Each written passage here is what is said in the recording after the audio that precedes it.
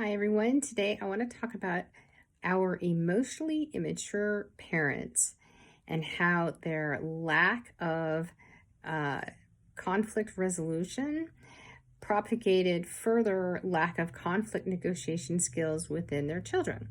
So, if you're like me, then you grew up in a family where emotions were discouraged.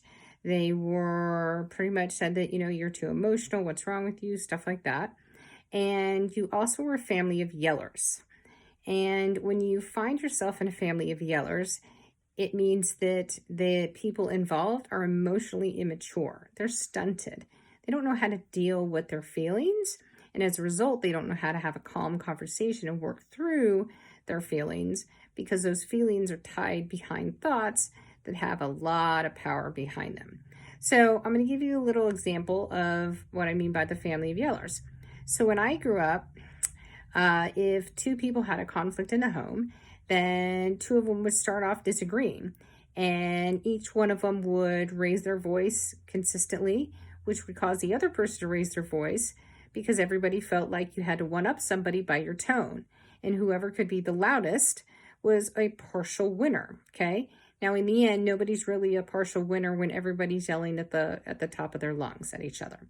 But what would happen is after all of this nastiness and yelling, at some point, one of the two parties would get pissed and pissed enough that they would literally just walk away. Just, boop, I'm out of here. I'm done. And from there, what would happen is you wouldn't speak to the other party for the rest of the night. Everybody would simply be carrying around a grudge. They'd have a lot of resentment in them. Both parties had literally stuck in on their argument. And then you would go to sleep, and then you would wake up the next morning, and then it was as if it never even happened, like the argument never even occurred. And that's how I learned conflict negotiation skills. Was great, right? Except when I got to be an adult and then had to be in, some adult romantic relationships. What I will tell you is that there's a couple things happening. So first of all, the idea of being right or being a right fighter, for example, is actually part of a fight or flight response. But an interesting thing actually happens to somebody who is a right fighter, okay? Now, the brain is hardwired to move itself towards pleasure and away from pain. So anytime that somebody thinks that they're right about something, then they're moving towards dopamine, getting a dopamine burst, okay? And if they're moving towards being the party that's wrong, then they're looking to have their brain actually do a cortisol boost. Now, a lot of people naturally want to move away from that because it's not a pleasurable feeling. But being right, well, that's a pleasurable feeling and you're getting dopamine, okay, in your mind. The other thing that happens is you have somebody who's a right fighter and they're constantly trying to dopamine themselves. So basically they're doping their own mind to always be right. And they basically make themselves addicted to being right, regardless of whether they're right or not. And we all know that probably half the time they're not right. But in their mind, they are, and they're constantly getting that dopamine, okay? Now, the same kind of thing happens with people who can't deal with any type of emotional conflict. So in my case, I was a family of yellers. However, there's also people that do everything they possibly can to avoid a conflict at all costs. And those people are actively trying to simply get away from any type of cortisol that starts pumping through their body because they don't want to feel the negative feelings tied with what cortisol gives you, okay? So the idea of running away from the pain is totally fine because at least then they don't have to endure the pain. Now, one of the things I will tell you is that how did I get out of being a right fighter? How did I get out of unlearning and unwinding these poor conflict negotiation skills? Well, I tell you what, it actually took somebody else in my relationship to be the bigger person.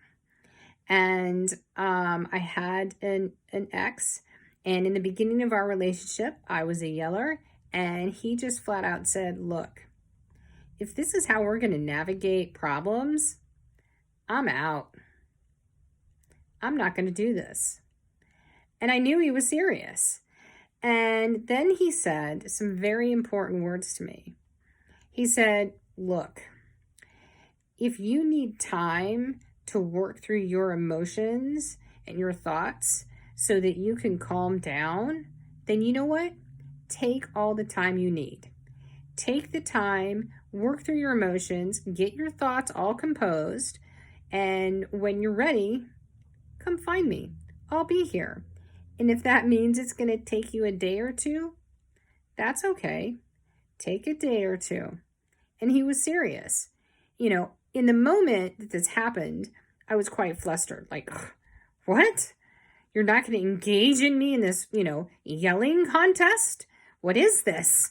But it also took me, sitting down and going, okay, here's somebody saying that my behavior is unacceptable, but he's telling me what behavior, to do, what behavior to, that would work for him. And, when I thought about it, I'm like, okay, well, how do I emotionally work through that? And so I did. I would take the time and I would usually go to my bedroom and I would work through my shit. And if I had to kind of out loud, then I would. But I got to the place where finally I was calm enough that I knew what I wanted to say without being emotionally charged so that we could actually have a dialogue. And, in the first couple of these rounds that happened, with my ex, they were okay at first. And then, after 10 minutes or whatever, I would start to struggle and get a little emotionally charged. But what I found is that after doing this several times, I stopped being so emotionally charged to where now I got to the point of being like, oh, okay, I'm okay. It's actually, it's actually okay just to have a dialogue with somebody and not actually be yelling. And it was a very interesting thing for me because a lot of people, part of the reason why they're addicted to fighting, okay, or verbally fighting, with a partner and that whole idea of makeup sex, again, they're moving towards something. Now, when you're content with somebody, and let's say you're having a normal dialogue, then what happens is you're calm. And when you're calm and you feel like, you're being heard and you feel like there's a human connection that you're having that's a positive one, then you actually get flooded with the hormone oxytocin. Now, oxytocin is the calm one. It's not adrenaline. It's not dopamine. So you're not getting a high. Okay, you're just content. And a lot of people in this day and age have a problem with being content. But if you've ever been in a really bad relationship, let me tell you something. Getting to a place of being content, that's a big effing deal. Now, I'm going to tell you another example of where I decided that the whole yelling thing also was a no-go. I was a soccer coach, and not anymore, but I was. And I had been coaching for a few years, youth players, competitive youth soccer. I was really good at it. And one day I just got tired of yelling. I literally was like, I'm so tired of yelling. And I'm literally the type of person that could yell all day long. And I said, I don't want to do this anymore. I don't like yelling at the kids to do what I need them to do. At the end of the day, the parents are paying for them to be here. The kids want to be here. That's why they're here. And, if they don't want to be here, well, then they can leave. But really, they're getting yelled at by their parents. They're getting yelled at by siblings. They're getting yelled at by friends and teachers and everybody else in the world. And I was like, you know what? I don't want to be that person that contributes to their airspace in yelling. That's not what I want to be. And I was like, okay, well, how am I going to change my behavior, right, with my teams? And I decided on something very simple, okay? Anytime I was super frustrated, right, you know what I did? I stopped talking altogether, right? So if I brought the girls in, I was trying to explain, something, with the lesson, and they were all chatting, no. You know what? I just went quiet, and I just waited, and I just breathed, and I waited until, and I had that look of disappointment, kind of like the mom disappointment look, and I would have the look of disappointment on my face, and I would just wait. And I tell you what, then the girls would get each other, and like, oh, shh, shh, hey, coach, right? And then as soon as everybody was quiet, I didn't say anything further. I just went, okay, moving on. And I went right into my lesson plan. Didn't even give it airtime that I was disappointed or why do you have to talk or blah, blah, blah, blah, blah. I just decided if they want to waste their time, then they can waste their time. I'm getting paid either way. And I was going to be calm. And a very interesting thing happened. So I changed my approach, and it was a couple games in, and we had been doing really well in the season. And the girls were like they were not winning a game that they should have been winning. Okay. And what ended up happening at halftime, I was like, girls, what's the deal? And one of the girls piped up and said, Coach, we need you to yell at us. And I went, what? And they were like, yeah, you need to yell at us. Every time you yell at us at halftime, we go out and we bang out the goals and we're good. And I was like, no, that's not what I want to do. And furthermore, you shouldn't get comfortable with people yelling at you to make you perform. You should just have an internal well inside you that you want to perform. You want to do good of your own volition. And it shouldn't take other people yelling at you and then also getting yourself in a space of feeling as if being yelled at is acceptable. And I said, no, I'm not going to do that anymore. I'm like, you have to find the way to self-motivate. You have to find the way to dig in deep yourself and want this. I'm like, I'm done yelling.